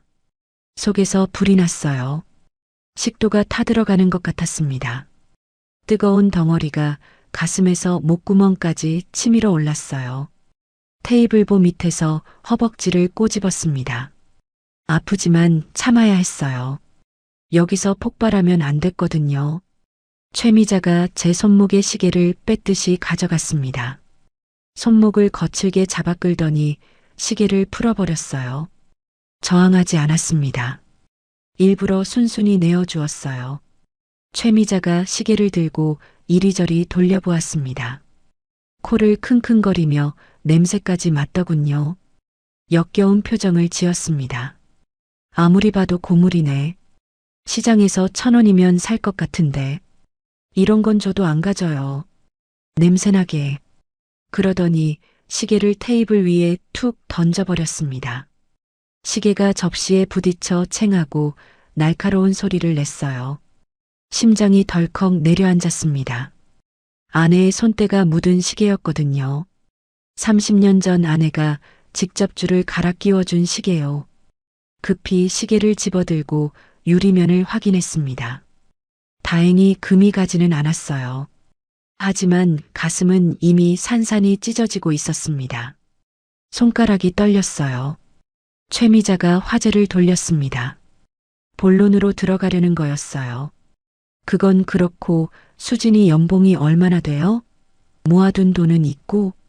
노골적인 금전 질문이었습니다. 수진이가 당당하게 대답했어요. 저는 성실히 일해서 모을 만큼 모았습니다. 어머님이 걱정하실 정도는 아니에요. 최미자가 콧방귀를 뀌었습니다. 월급쟁이 돈이 모아봤자 얼마나 되겠어. 요즘 집값이 얼마인데. 박민성이 옆에서 끼어들었어요. 수진 씨, 우리 엄마가 아기가 있어서 그러는 게 아니라 현실적인 조언을 해주시는 거야. 우리 미래를 위해서 그러는 거라고. 가스라이팅이었습니다. 모욕을 조언이라고 포장하고 있었어요. 제가 화장실에서 엿들었던 그 통화 내용이 떠올랐습니다. 대충 결혼하고 병원 빚 갚으면 이혼하든가 해야지 하던 그 말이요. 저런 놈이 사랑을 입에 담다니요. 역겨웠습니다. 하지만 아직 때가 아니었어요. 저는 낮은 목소리로 질문을 던졌습니다. 그래서 제 딸이 그쪽 집안에 들어가려면 정확히 뭐가 필요합니까? 최미자의 눈이 번뜩였습니다. 드디어 원하던 질문이 나왔다는 표정이었어요. 입꼬리가 올라갔습니다. 아, 드디어 말이 통하시네. 진작 그러실 것이지. 최미자가 아까 꺼내놓은 금박 봉투를 제 앞으로 밀었습니다. 여기 간단하게 정리해놨어요. 예단 목록이라고 생각하시면 돼요. 봉투를 열어보았습니다. 안에는 고급 용지에 인쇄된 종이 한 장이 들어있었어요. 예단 목록이라기보다는 청구서에 가까웠습니다. 눈을 의심했어요. 항목들을 하나하나 읽어 내려갔습니다. 강남 아파트 30평형 전세 자금 지원, 독일제 고급 승용차 한 대, 갤러리 발전 기금 5억, 병원 운영 자금 지원 3억, 신혼여행 경비 5천만 원 등등. 숫자들이 빼곡했어요. 금액을 암산해 보니 대략 22억 원이었습니다. 뒷조사에서 확인한 그들의 사채빚과 정확히 일치하는 금액이었어요. 딸을 팔아서 빚을 갚겠다는 속셈이 이렇게 적나라하게 드러날 줄은 몰랐습니다. 허탈한 웃음이 나왔습니다. 이렇게 뻔뻔할 수가 있나 싶었어요. 하하. 웃음을 멈출 수가 없었습니다. 어이가 없어서 나오는 웃음이었어요. 최미자의 표정이 굳어졌어요. 왜 웃으세요? 우리 민성이 같은 의사사위 얻으려면 이 정도는 기본 예의예요. 다른 집은 줄 서서 한다고요. 기본 예의요. 저는 목록을 다시 한번 들여다보았습니다. 갤러리 발전 기금 5억이라는 항목이 눈에 들어왔어요. 발전 기금이 아니라 사채 빚 갚을 돈이었죠. 박민성이 옆에서 비굴한 표정으로 거들었습니다. 아버님, 제가 수진 씨를 정말 사랑하는데요. 결혼은 현실이잖아요. 저희 어머니 갤러리 사정도 좀 봐주시고요. 저희 미래를 위한 투자라고 생각해 주시면. 수진이가 그 목록을 빼앗아 들고 내용을 확인했습니다. 읽어 내려가는 수진이의 눈이 점점 커졌어요. 손이 부들부들 떨리기 시작했습니다. 얼굴이 창백해졌어요. 민성 씨, 이게 뭐야? 갤러리 발전 기금? 병원 운영 자금? 이거 전부 너네 엄마 빚 갚으라는 거잖아. 나한테 이런 걸 요구할 거였어? 수진이의 목소리가 떨렸습니다. 분노와 배신감이 뒤섞인 표정이었어요.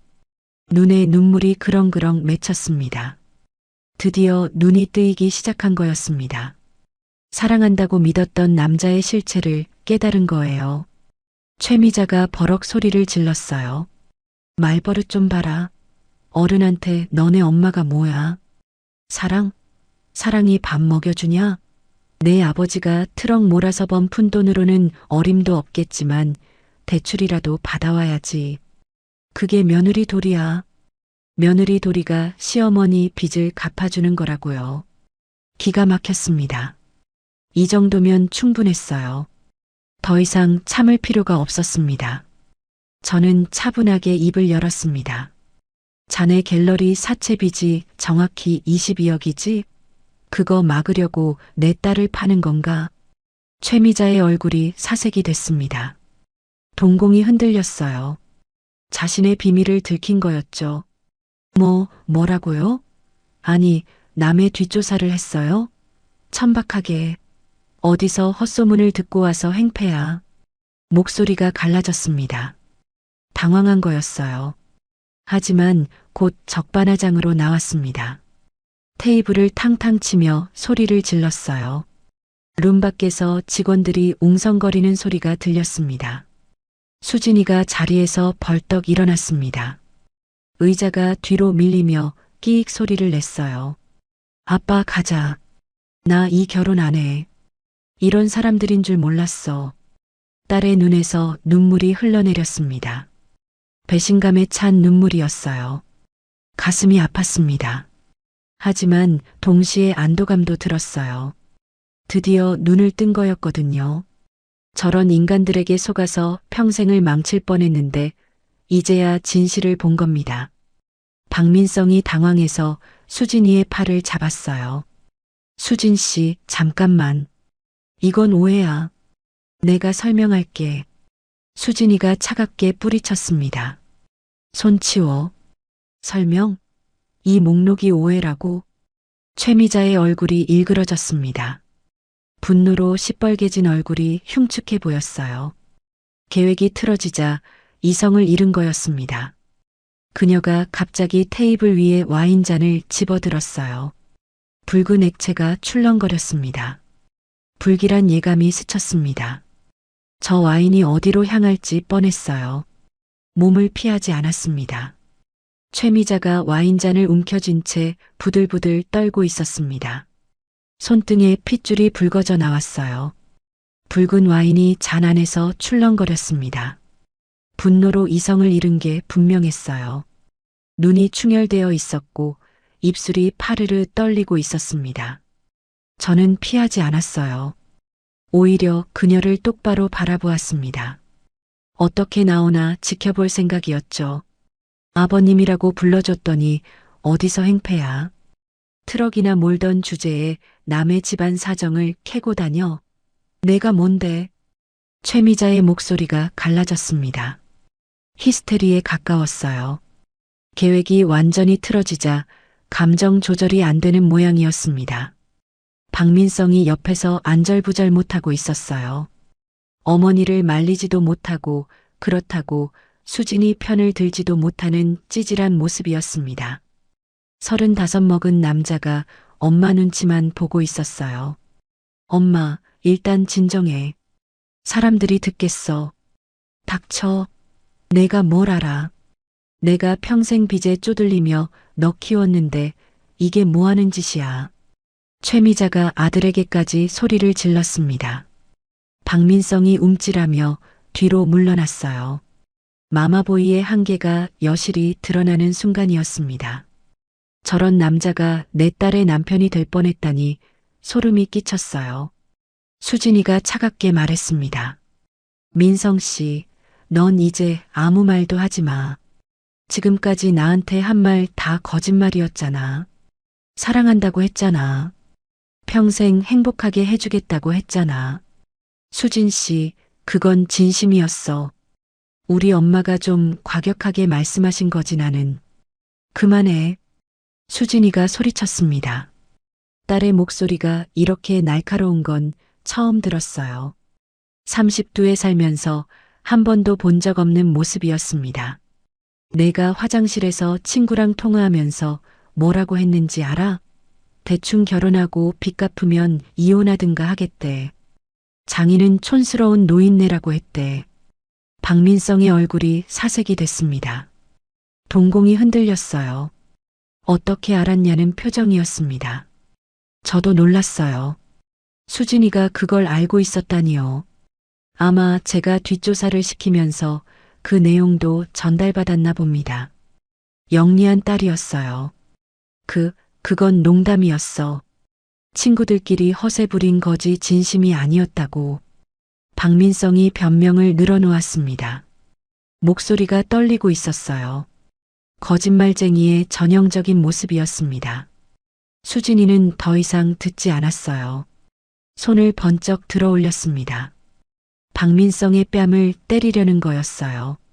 그 순간 박민성이 움찔하며 두 팔로 얼굴을 감쌌습니다.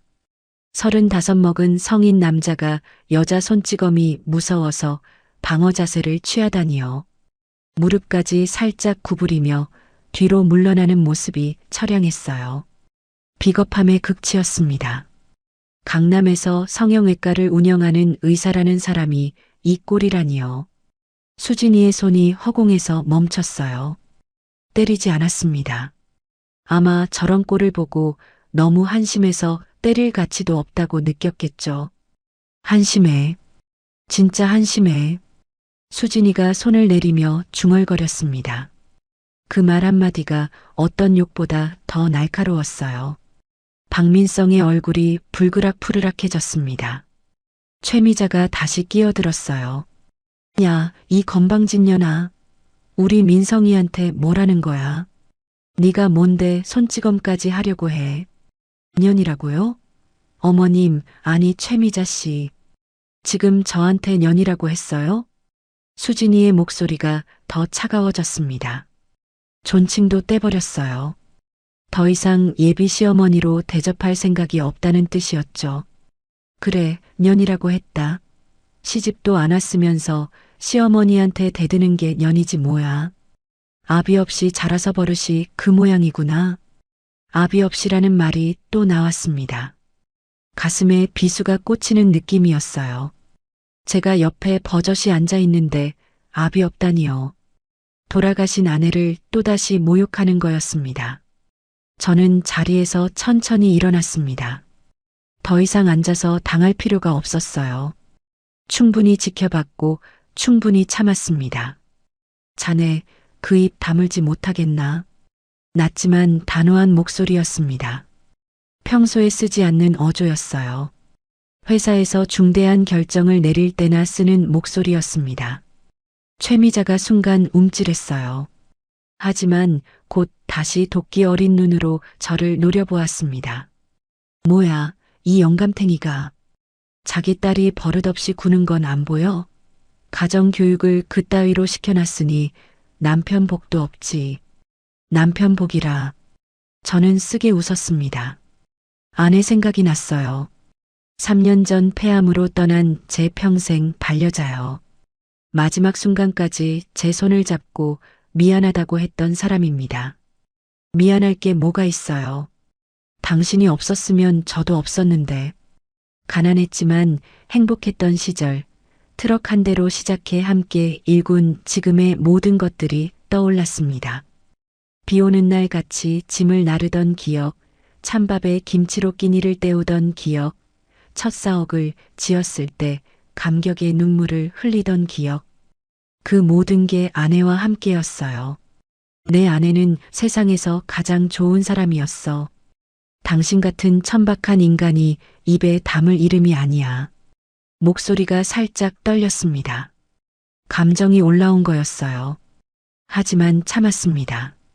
아직 끝이 아니었으니까요. 최미자의 얼굴이 일그러졌습니다. 자기가 무시당했다고 느낀 모양이었어요. 뭐, 이 늙은이가 어디서 어른한테 반말이야. 어른? 자네가 어른이라고? 남의 딸 잡아다가 빚 갚으려는 사기꾼이 어른이야? 저도 반말을 했습니다. 더 이상 사돈 행세를 할 필요가 없었거든요. 최미자의 눈이 휘둥그레졌어요. 자기가 지금까지 만만하게 봤던 노인이 갑자기 달라진 거였습니다. 사기꾼이라니. 증거 있어? 없으면 명예훼손으로 고소할 거야. 내가 변호사 불러서 당신 인생 끝장낼 줄 알아. 증거? 자네 갤러리 사채 빚 내역서, 자네 아들 병원 대출 서류, 자네가 사채업자랑 통화한 녹취록까지 다 있어. 직원 임금 체불 3개월치 내역도 있고. 검찰에 넘길까? 아니면 국세청에 먼저 보낼까? 최미자의 얼굴이 하얗게 질렸습니다. 입술이 파르르 떨렸어요. 모든 게 들통났다는 걸 깨달은 거였죠. 박민성도 옆에서 얼어붙었습니다. 얼굴이 누렇게 떠서 금방이라도 쓰러질 것 같았어요. 두 모자의 얼굴에 공포가 스쳤습니다. 어떡해. 내가 누군지 알아보지도 않고 덤볐어. 그게 자네들의 실수야. 저는 담담하게 말했습니다. 이제 거의 다 끝났어요. 하지만 최미자는 쉽게 물러나지 않았습니다. 궁지에 몰린 짐승처럼 더 사나워졌어요. 이 무식한 노인네가 트럭 몰아서 뭘 알아? 우리 집안이 뭔지 알아?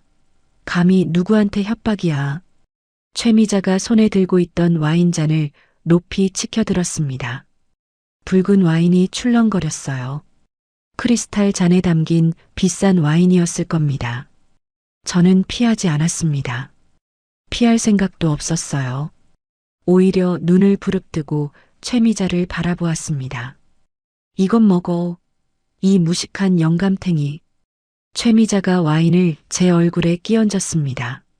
차가운 액체가 이마를 때리고 얼굴 전체로 흘러내렸어요.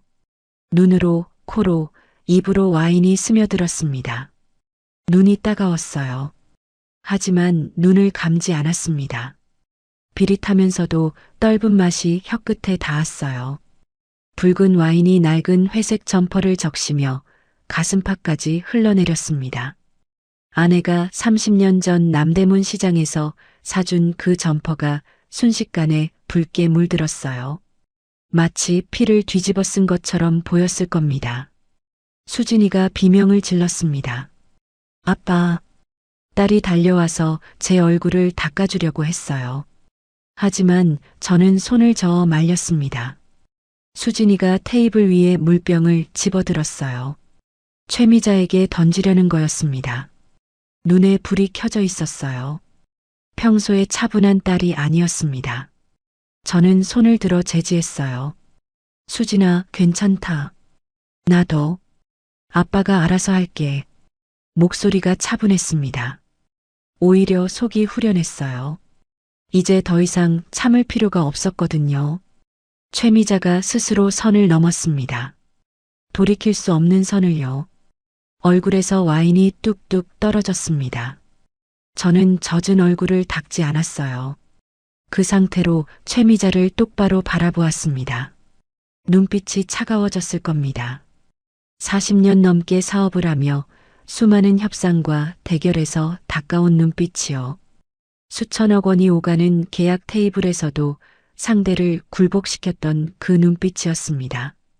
최미자가 순간 움찔했어요. 무의식적으로 뒤로 한 발짝 물러났습니다.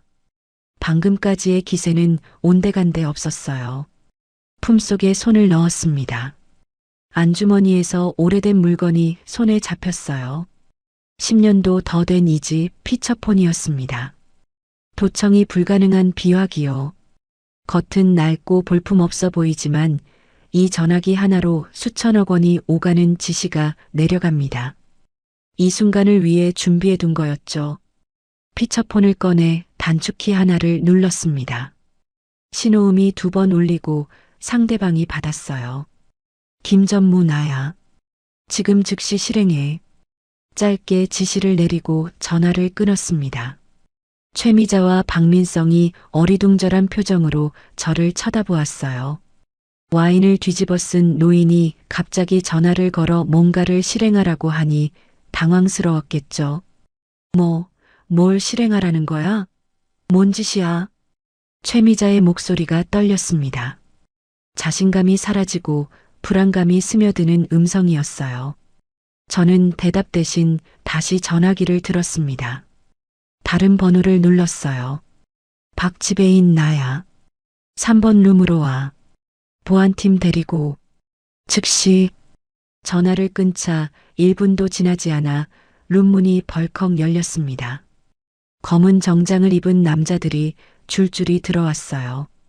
보안팀이었습니다. 그리고 맨 앞에 선 사람이 와인을 뒤집어 쓴 저를 보자마자 얼굴이 사색이 됐습니다. 호텔 총지배인이었어요.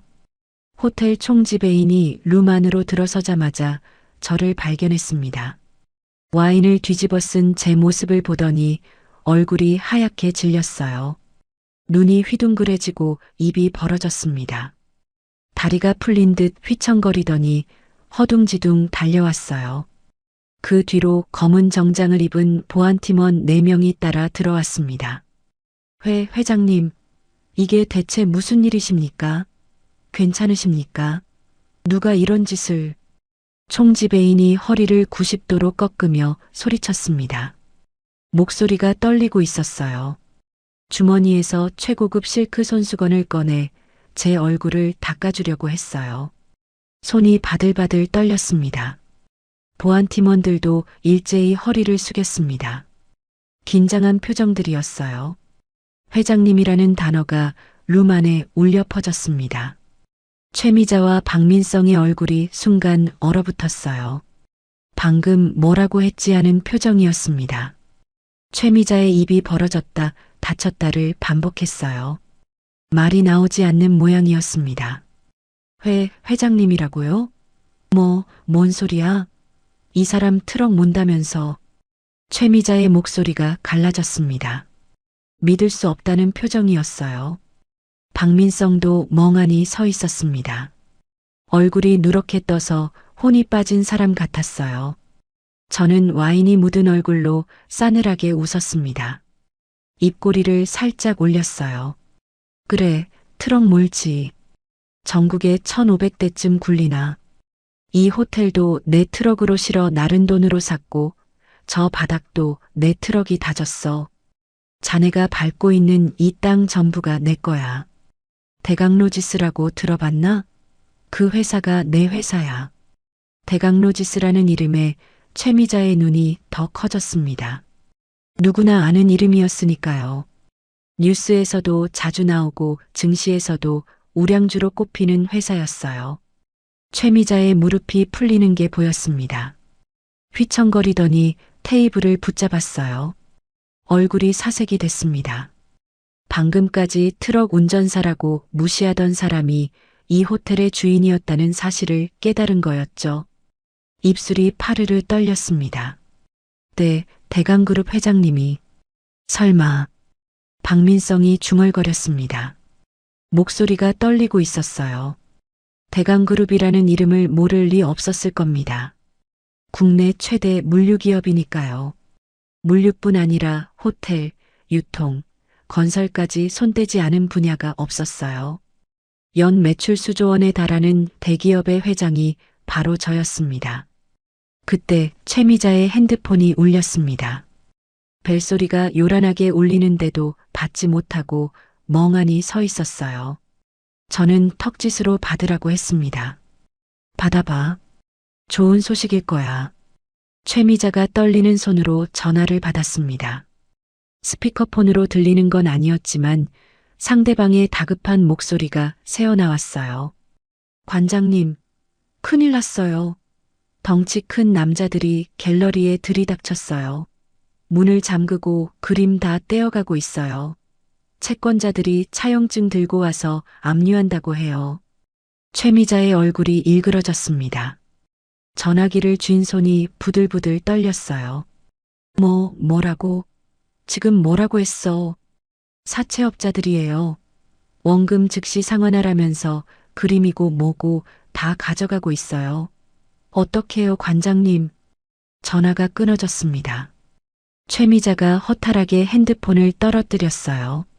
바닥에 떨어진 핸드폰이 탁 소리를 냈습니다. 그녀의 다리가 후들거리기 시작했어요. 저는 담담하게 말했습니다. 자네 사채 빚담보로 잡혀있던 채권을 우리 쪽에서 매입했어. 원금 즉시 상환 조건으로. 자네 갤러리 재산 전부 합쳐도 빚 갚기엔 턱없이 부족하겠지만 일단 압류는 진행될 거야. 최미자의 눈이 풀렸습니다. 절망에 빠진 표정이었어요. 평생 허세로 쌓아 올린 모든 것이 순식간에 무너지는 걸 느끼는 거겠죠.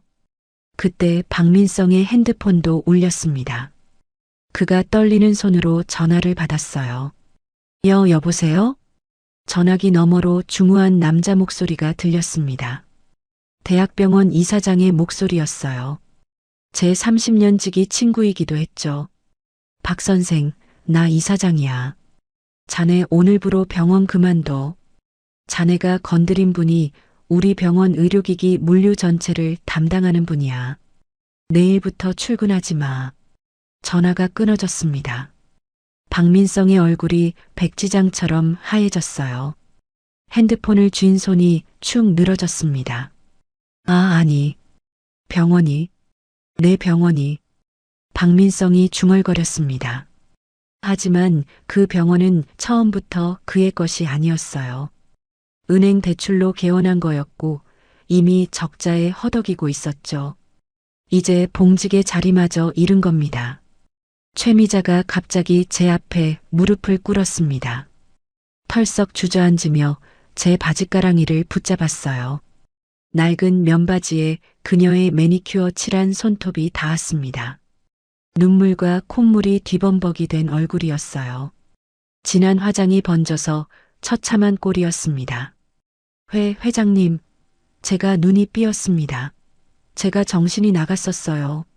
제발 한 번만 봐주세요. 갤러리만 살려주시면 뭐든 하겠습니다. 빚만 갚아주시면 평생 은혜 잊지 않겠습니다. 조금 전까지 저를 무식한 트럭 운전사라고 모욕하던 사람이었습니다. 얼굴에 와인을 끼얹던 사람이었어요. 격을 중요시한다며 허세를 부리던 사람이었습니다. 그런 사람이 바닥에 엎드려 빌고 있었어요. 추악한 광경이었습니다. 하지만 동정심은 조금도 들지 않았어요. 자네가 내 딸한테 뭐라고 했는지 기억나? 아비 없는 자식이라고 했지. 내 죽은 아내를 모욕했어. 그리고 내 딸을 빚 갚는 도구로 쓰려고 했고, 저는 차갑게 말했습니다. 최미자가 고개를 들어 저를 올려다보았어요. 눈에 눈물이 그렁그렁했지만 그게 진심인지는 알 수 없었습니다. 그건 제가 잠깐 미쳤었어요. 진심이 아니었습니다. 제발요. 박민성도 옆에서 무릎을 꿇었습니다. 어머니 옆에 나란히 앉아 고개를 조아렸어요. 장인어른, 아니 회장님, 저도 정신이 나갔었습니다. 수진 씨를 진심으로 사랑합니다. 한 번만 기회를 주시면. 수진이가 차갑게 웃었습니다. 사랑? 방금까지 이혼 운운하던 사람이 빚 갚으면 이혼하겠다던 거 잊었어? 박민성의 얼굴이 불그락푸르락해졌습니다. 더 이상 변명할 말이 없는 거였죠. 저는 총지배인에게 눈짓했습니다. 이 사람들 내보내. 보안팀원들이 다가왔습니다. 최미자가 발버둥을 쳤어요. 하이힐이 바닥에 끌리며 날카로운 소리를 냈습니다. 나요. 이거 나.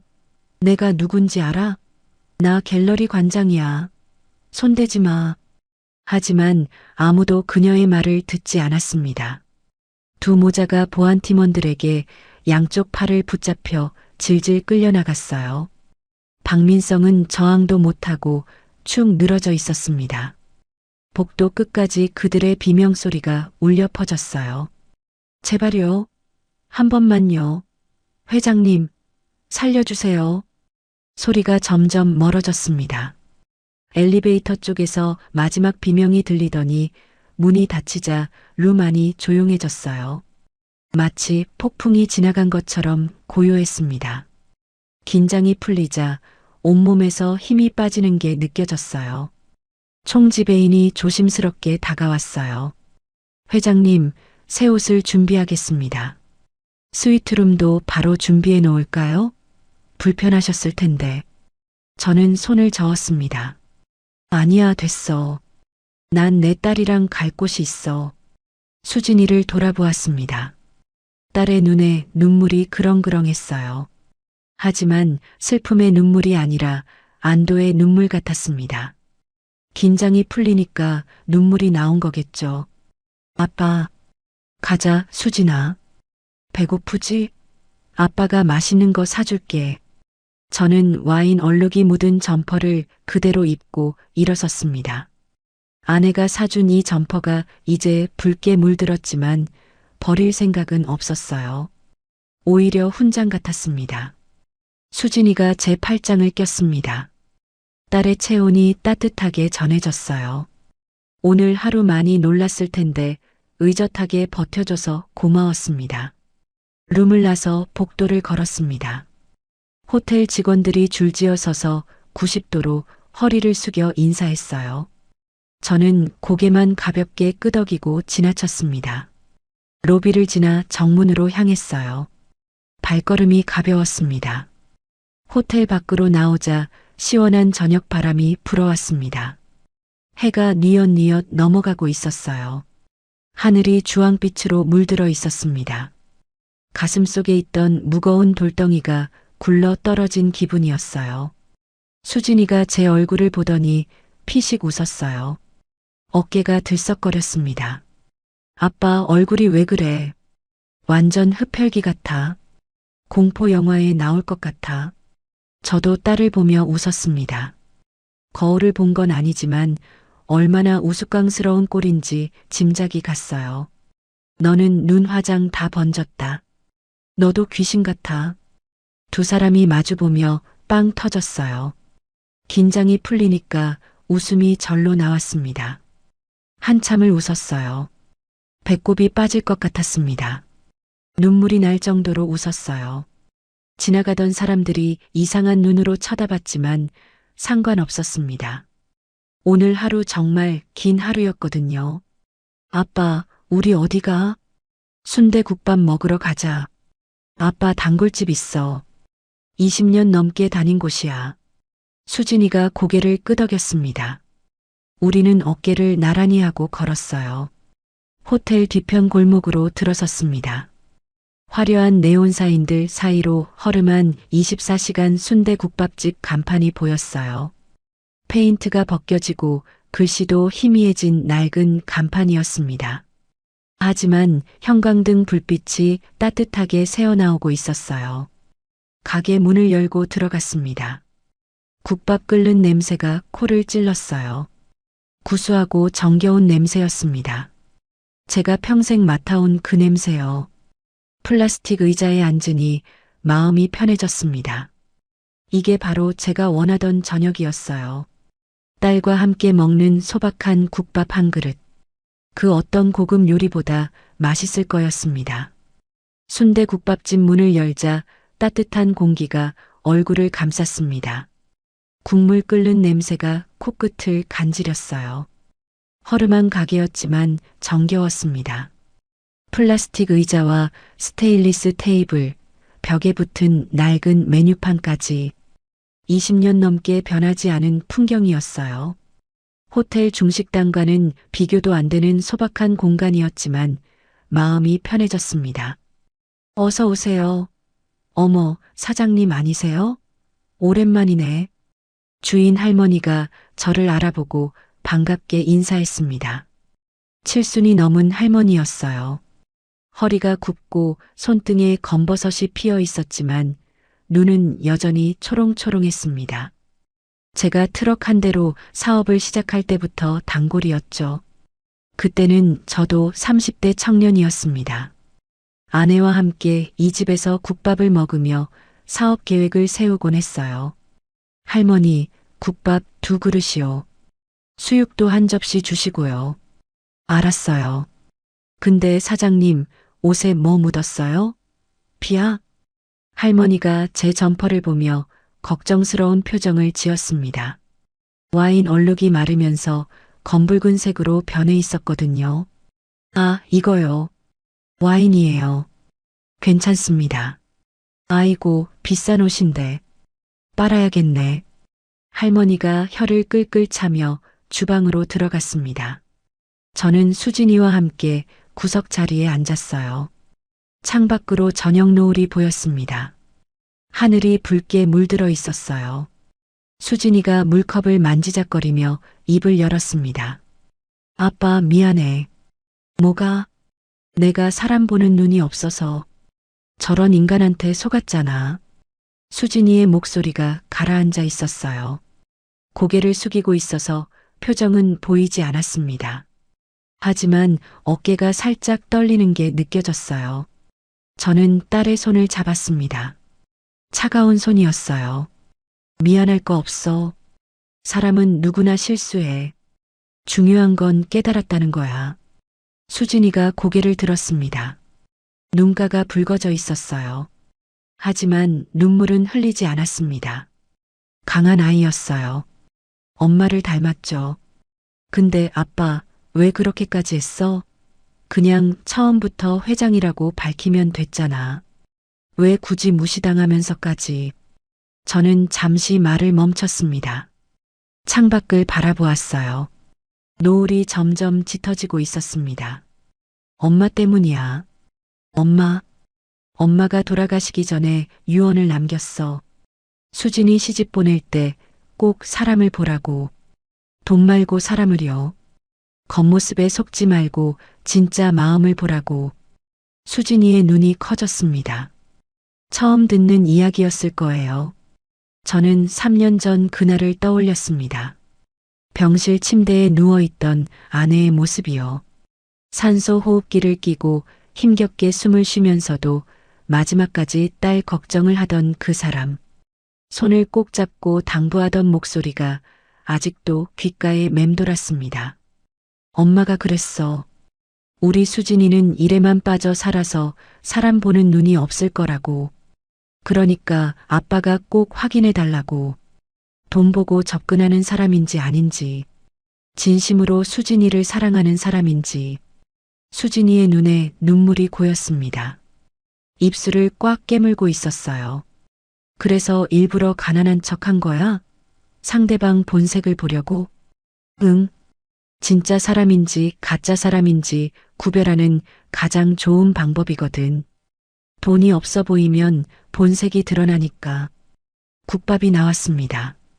김이 모락모락 피어올랐어요.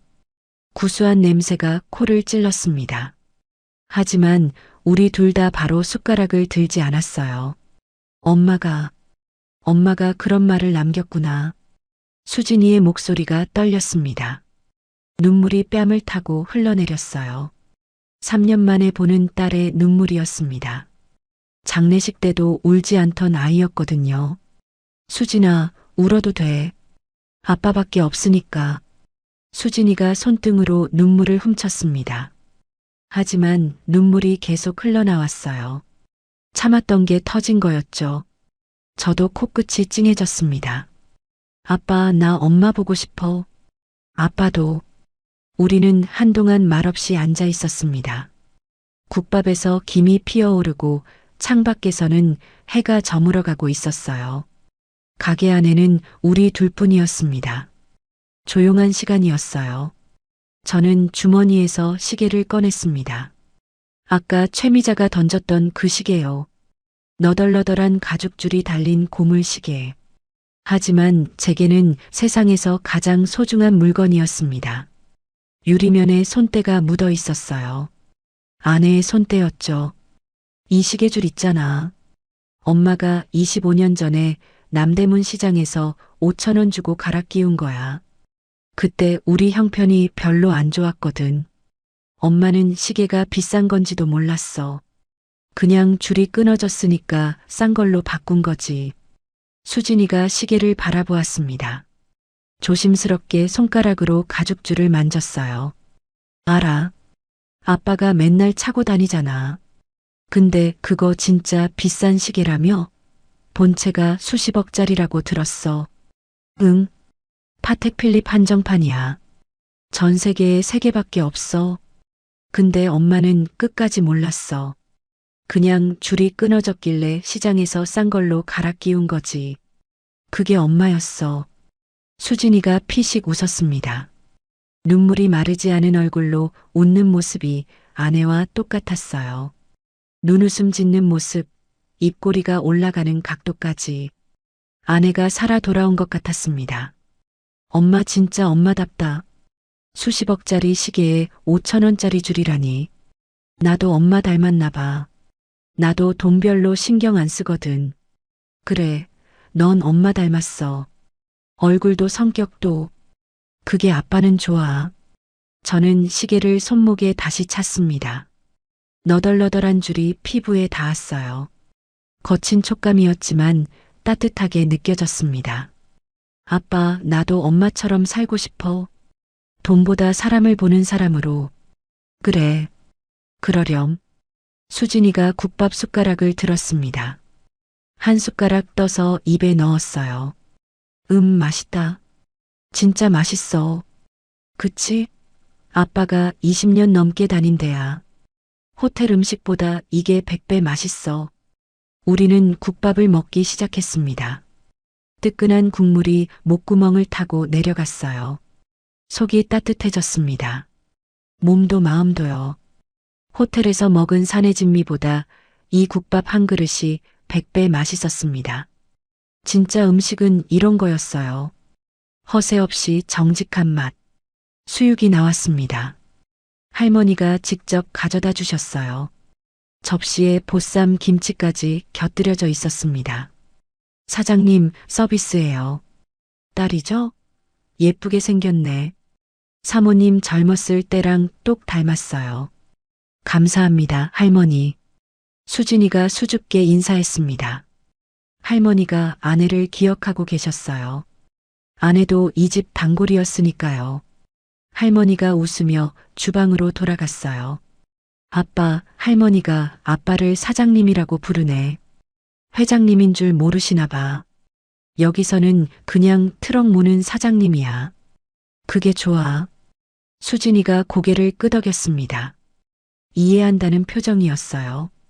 국밥을 다 먹고 나니 배가 불렀습니다. 몸에 기운이 돌았어요. 밖은 이미 어두워져 있었습니다. 가로등 불빛이 창문으로 들어왔어요. 아빠, 나 앞으로 어떻게 해야 할까? 결혼도 깨졌고, 32인데 다시 시작해야 하네. 천천히 생각해. 급할 거 없어. 32이 뭐가 많아. 인생 아직 한참 남았어. 좋은 사람 만날 때까지 아빠가 기다려줄게. 100살까지 기다려도 좋아. 수진이가 푸하고 웃음을 터뜨렸습니다. 아빠, 100살까지는 좀 오바지. 뭐가 오바야? 아빠 오래 살 거야. 손주 얼굴 봐야지. 수진이가 제 손을 잡았습니다. 아까보다 손이 따뜻해져 있었어요. 아빠 고마워. 오늘 진짜 고마웠어. 아빠 아니었으면 나 큰일 날 뻔했어. 당연히 해야 할 일 한 거야. 아빠니까. 수진이가 웃었습니다. 해맑은 웃음이었어요. 오늘 하루 많은 일이 있었지만 이 웃음 하나면 충분했습니다.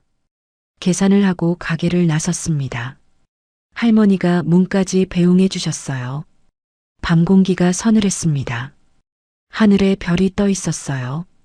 도심인데도 별이 유난히 잘 보이는 밤이었습니다. 가슴이 뻥 뚫리는 기분이었어요. 아빠, 우리 걸어서 갈까? 택시 말고. 좀 더 걷고 싶어.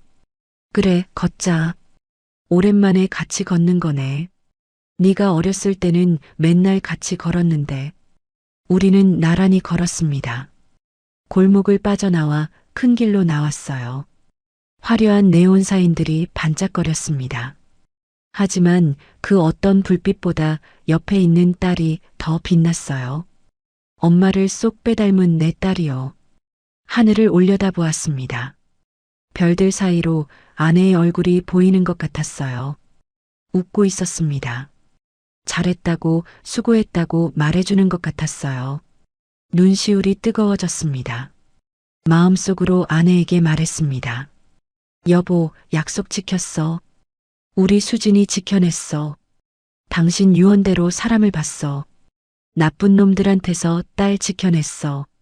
이제 안심해도 돼. 당신이 보고 싶어? 수진이가 제 팔짱을 꼈습니다. 딸의 체온이 따뜻하게 전해졌어요. 아빠, 내일 엄마 산소 가자. 오랜만에 인사드리게. 오늘 있었던 일도 말씀드리고. 그래, 가자. 엄마도 보고 싶어 하실 거야. 우리 수진이 잘 컸다고 자랑해야지. 우리는 밤거리를 천천히 걸었습니다. 아무 말 없이도 좋았어요. 그냥 함께 있다는 것만으로 충분했습니다. 오늘 하루는 길고 험난했지만 이렇게 마무리할 수 있어서 다행이었어요. 딸을 지켰다는 안도감이 온몸을 감쌌습니다. 와인 얼룩이 묻은 낡은 점퍼가 바람에 펄럭였습니다. 손목에는 5,000원짜리 줄이 달린 시계가 채워져 있었어요.